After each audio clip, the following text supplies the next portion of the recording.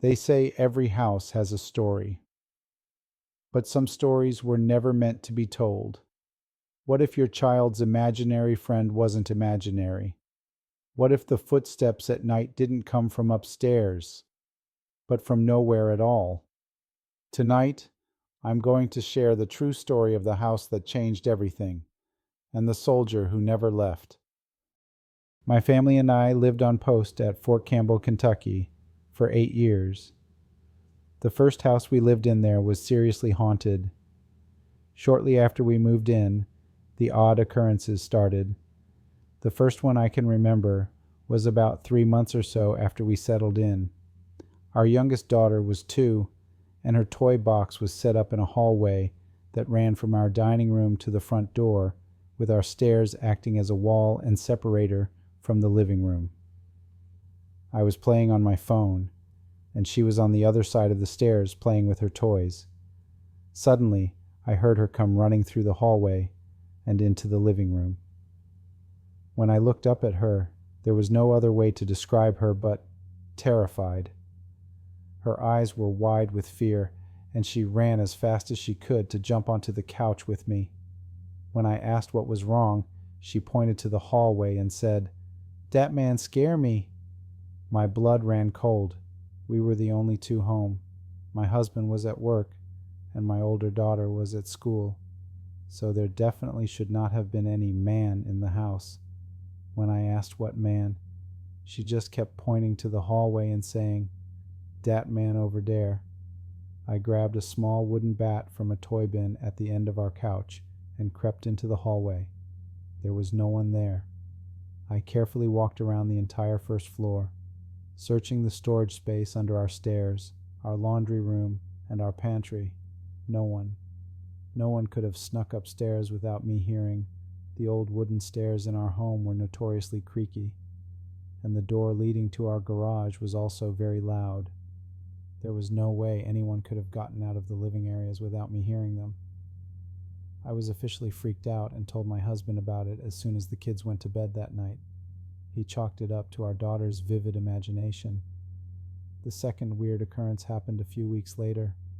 My husband was a soldier in the Army, and after PT, physical training, in the mornings, he would come home to shower and change into his uniform for the day. He was taking a shower in our bathroom when he thought he saw someone walking through our bedroom. Our shower curtain had a clear panel across the top, and he showered with the door open because of poor ventilation in the bathroom. From the bathroom doorway, you had a clear view of our bedroom. He said out of the corner of his eye, he saw someone walk up next to our bed and bend over our nightstand.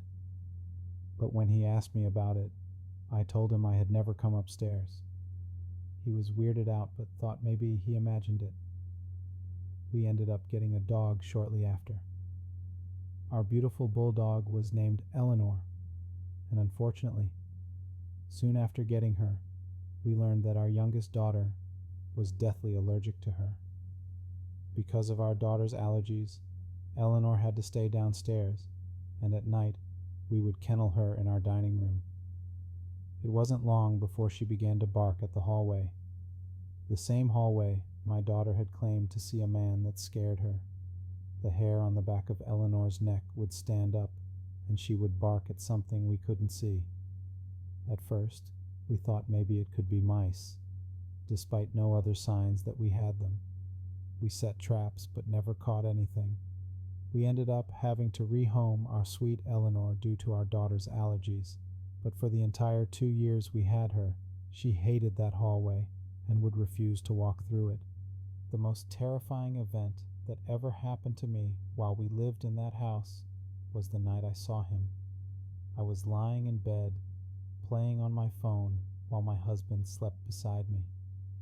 It was around 1 a.m., and I decided I needed to try to get some sleep since I'd have to get my oldest up for school the next morning. I had been facing our bathroom and the door to our bedroom. I rolled over to snuggle up to my husband, and standing in the corner of our room was a soldier in full uniform. The room was dark, but because of a street lamp right outside the window, he was illuminated clearly. I screamed and smacked my husband to wake him up, and as soon as he jumped, the soldier took one step toward the bed and disappeared into thin air. I was hysterical. My husband told me I must have been dreaming, but I had never fallen asleep. I knew what I saw. He had been so solid I would have sworn he was a real person, until he faded away, right before my eyes. I was terrified, and it took me forever to fall asleep. The next day, I talked to a friend of mine who had lived on our street for a few years. At first, I simply asked if she had ever heard of anyone else on post complaining about their house being haunted. She said yes, and asked why. I didn't tell her what I saw, but said that weird stuff had been happening in our house. She immediately got uncomfortable and said, "Well, you know, a guy that used to live on our street passed away." I was shocked. I said no and asked her when it happened. She explained that when she and her husband first moved in, They used to have block parties in the cul-de-sac at the end of our street. Shortly after they moved in, they went to a block party to meet the neighbors, and someone at the party told them it was a good thing they hadn't moved in a few months earlier, because one of the neighbors had passed away after returning home from war. She said he had suffered from PTSD and shot himself one night, and with it being a military post, it had really shaken up the whole neighborhood. My friend wasn't sure exactly which house it happened in, but judging from what we had all seen and experienced in mine, I was sure it was ours. We had tons of other experiences in that house. We lived there for 6 of the 8 years we were at Fort Campbell, and there was always something weird or unexplainable happening. Being in the logical corporate world, there's hardly any space for ghost stories and theories. However, this one I can't ignore. I, 27 million, work as an operations manager for a multi-service company. I'm based on the 17th floor of a massive high-rise office building in the middle of town. Most days, I waste away with spreadsheets and inventory, passing the time in front of my computer. Other days, I actually visit my sites and talk to my staff. The building I'm in has 4 of my staff members, but I rarely see them since they're generally on other floors, hard at work. Only after 2 weeks with the company did I realize that 3 floors of the building have no tenants, just 800 square meters of empty dark rooms with thin walls and dark blue carpets. Each of those floors has 3 bathrooms, male, female, and accessible, which we service only once a month if there are no tenants. All seemed normal until one day. My elevator ride from my office floor to the ground floor was unintentionally interrupted when we stopped on one of the empty levels. I poked my head out, thinking someone was getting on, only to realize we had stopped on floor 14, the uninhabited floor. My body went cold as I stared into the empty hallway, noticing no one around. I crept back into the elevator and looked at the buttons to see if I had accidentally pressed something. Nothing. The only floor glowing was the ground floor. Strange. I pressed the close doors button, but the elevator wouldn't close. I started to panic. I stepped out and pressed the outside button, hoping another elevator would show up. I stood there quietly for a moment and watched as the elevator I had just exited began to close, and I was just not quick enough to grab the doors. There I stood, alone in the dark next to the empty office, with the eerie sound of wind blowing against the building. I bolted for the fire escape stairs when I heard it. The chilling sound of a bathroom stall door closing in the women's bathroom. I stopped and turned to face it. The door was slightly ajar and wind was blowing through it. I was immediately horrified. You see, the door is one of those hydraulic types that close on their own. Someone had to be holding it open from the inside. I panicked and ran through the fire escape doors, down the stairs all the way to the ground floor. Gasping, I ran to security and asked them to accompany me back up to check out the bathroom. They thought I was being dramatic, assuming someone from another office had come down for a more private bathroom break. We went to the floor and walked around. Nobody in the women's bathroom. Nobody in the men's. Who could it have been? I asked. Security said they'd check the tapes and get back to me. What really creeped me out was that all the stall doors were locked. Maintenance hadn't unlocked them, as there were no tenants. A few days passed, and I had completely forgotten about the experience, back to my usual routine of sitting behind a desk, focused on the logical processes of my day-to-day.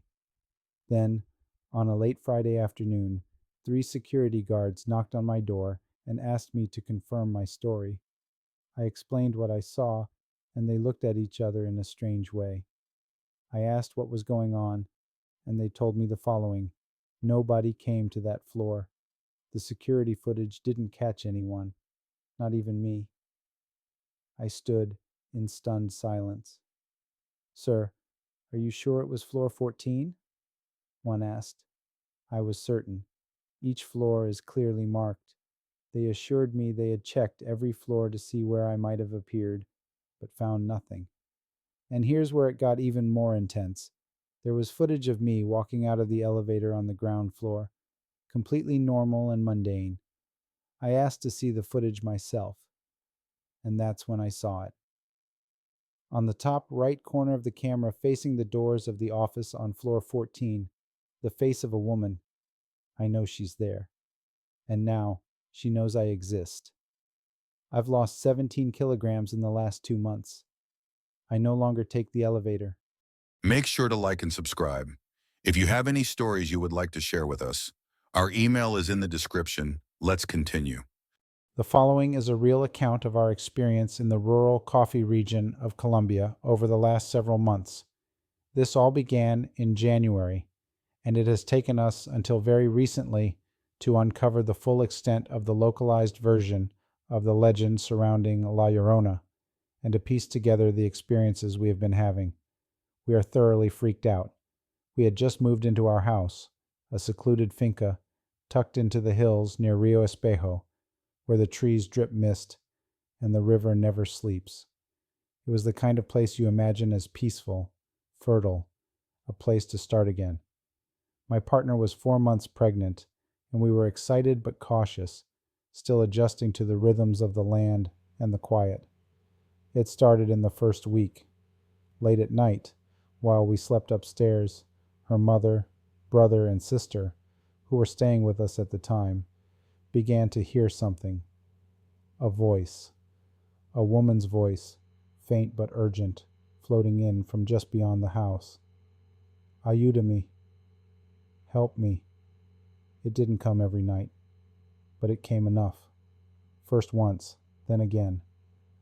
And by the second week, they had heard it 3 times, always around midnight to 3 a.m., always when the night was heavy with fog and the river hummed louder than usual. They said it wasn't a scream. It wasn't loud. It was worse than that. It was soft, pained, and human. At first they thought it was my partner calling for help from upstairs. After assuring them it wasn't her, they would look outside, thinking maybe someone was lost, maybe hurt, but there was never anyone there. The trees stood still. The night kept breathing. The voice faded away. Then came the second week. That night my partner began to have sudden, severe pain, cramping that felt like contractions. We were terrified. It was far too early for labor. We didn't know what to do. We were upstairs, focused completely on her, and for reasons I still can't explain, we didn't have our phones with us. They were downstairs, forgotten in the rush of fear. We thought we had ridden it out. By morning, the pain had eased. We were exhausted, but relieved, until we spoke to the security guard at the front gate of our conjunto residential. He asked us what had happened the night before. We said, "Nothing." "Why?" And he told us. "An ambulance came to your house around 1 a.m. Someone called from here, from your property, said there was a woman in distress." But we hadn't called. No one in the house had. And yet the ambulance arrived, lights flashing, knocking at the gate. Because we didn't answer his call, the security guard refused to let them enter. After waiting, they turned around and left, confused. We were stunned. That same night, the voice had been heard again by her family, closer this time, almost under the window. Again, to me. It wasn't until we started asking around recently, neighbors, guards, even the older people in the nearby town, that we began to understand and put all the pieces together. We were told, very plainly, that's La Llorona. You live near the river now. Pregnant women, crying children, and pain draw her in like blood in the water. But what's most terrifying to us is that here, in this part of Quindío, especially near Rio Espejo and La Tebaida, the stories go deeper. She doesn't just cry by rivers anymore. She doesn't just appear in white veils. They say La Llorona has learned how to use the modern world. There are stories of phones ringing and no one on the other end but weeping, baby monitors catching whispers, emergency services receiving calls from homes where no one made them, and just like us, ambulances showing up to rural houses in the night, responding to a cry for help that no human ever gave. Some believe she's not just a spirit anymore. She's a pattern, a force that clings to sorrow and technology alike, a kind of ghost intelligence, using whatever tools she can to get past the walls of a home, to be let in. And they say if you respond to her voice, if you open the door, even out of kindness or confusion, you give her permission to enter. We didn't hear her that night. We didn't open the door. But she tried. And maybe, because we didn't answer, our baby is still safe. At least for now. Our daughter is 6 weeks old now, and she is still trying to get in. At least now we know what we are up against, and we can't wait to move away from the river. Thanks for tuning in. Watch another video if you dare.